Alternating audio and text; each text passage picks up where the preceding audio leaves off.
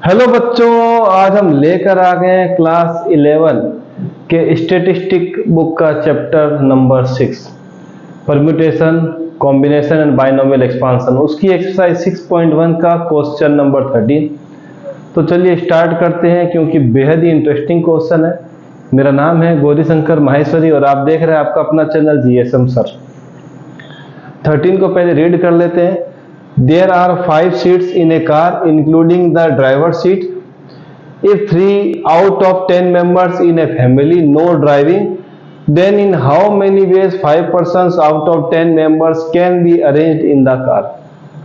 कहानी का सार क्या है बच्चों? एक फैमिली में 10 मेंबर हैं, ठीक है, और एक कार है जिसमें 5 सीटें हैं। 5 लोग नहीं जाएंगे। अब उस 5 सीटों में एक सीट जो है वो फिक्स है, ड्राइवर की सीट। बचे हुए 4 लोग किसमें बैठ सकते हैं? बची हुई जगह पे अरेंज हो सकते हैं। कहानी में ट्विस्ट तब आया जब बताया गया है कि 10 में से 3 लोग ड्राइविंग जानते हैं। तो आप कैसे अरेंज करेंगे उन टोटल 10 के 10 मेंबर को किसी 5 सीट के साथ? तो सवाल में बच्चों थोड़ा सा लगता है कि जब 3 लोग जानते हैं ड्राइविंग सीट को, तो उन तीनों में से किसी एक को तो हम लेके जा सकते हैं। ओके, हो सकता है ऐसा भी कि उन 3 में से एक को हमने ड्राइवर सीट में बैठा दिया है, बचे हुए जो 2 और हैं जो ड्राइविंग जानते हैं उनको भी हम हो सकता है लेके जाएं। तो काफी कुछ हमें यहाँ पर मसाला मिलने वाला है। इस क्वेश्चन के साथ हम देख लेते हैं सॉल्यूशन में बच्चों हमें क्या मिला। देखिए, तो हम क्या करते हैं बच्चों, हम सबसे पहले आ जाते हैं कि 3 आउट ऑफ 10 मेंबर्स। हम शुरुआत यहीं से करते हैं कि सारा का सारा जो भी कहानी है बच्चों हम इस पर्टिकुलर क्वेश्चन से निकालने वाले हैं। तो हम यहां लिखेंगे 3 out of 10 members in a family no driving. ठीक है सर, फैमिली में 10 में से 3 लोग ड्राइविंग जानते हैं, ये हमको पता है क्योंकि क्वेश्चन में गिवन है। चलिए ठीक है, अब हमें क्या करना है? 3 out of 10 members in a family can be placed in driver seat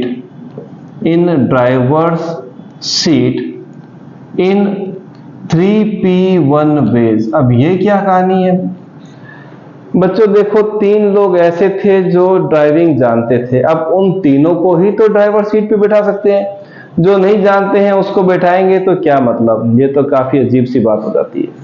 तो जो 3 लोग ड्राइविंग जानते थे उनमें से किसी एक को ही तो ड्राइवर सीट पे बैठाया जा सकता, तीनों को तो बैठा नहीं सकते हैं।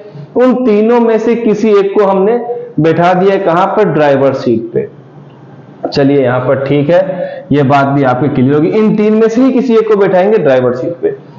अब क्या बच्चों, हमारे पास आ गया there are 5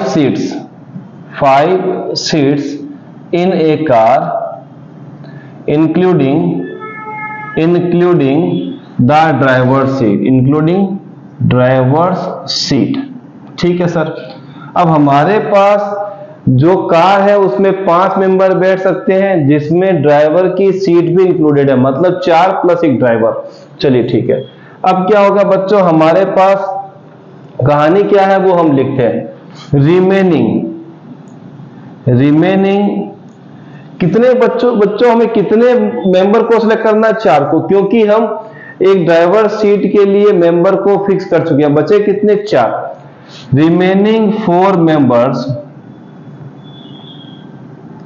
members out of remaining. अब कहानी यह आ गई कि कितने रिमेनिंग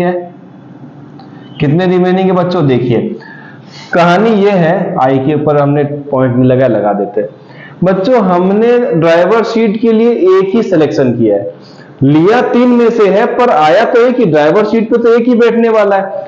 तो हमने एक आदमी को, एक मेंबर को ड्राइवर सीट पे बैठा दिया। अब जो 2 ड्राइविंग जानते थे वो किसमें चले गए? टोटल मेंबर में। एक सिलेक्शन के बाद टोटल मेंबर कितने बच गए? 9। हमारे पास टोटल थे पूरे ड्राइविंग के साथ वाले 10, उसमें से एक हमने फिक्स कर दिया किसके लिए, ड्राइविंग सीट के लिए। जब ड्राइविंग सीट के लिए एक फिक्स कर दिया तो हमारे पास 10 में से एक फिक्स हो गया, तो कितने बचेंगे बच्चों, 9 बचेंगे। यहां तक क्लियर है। Remaining 9 members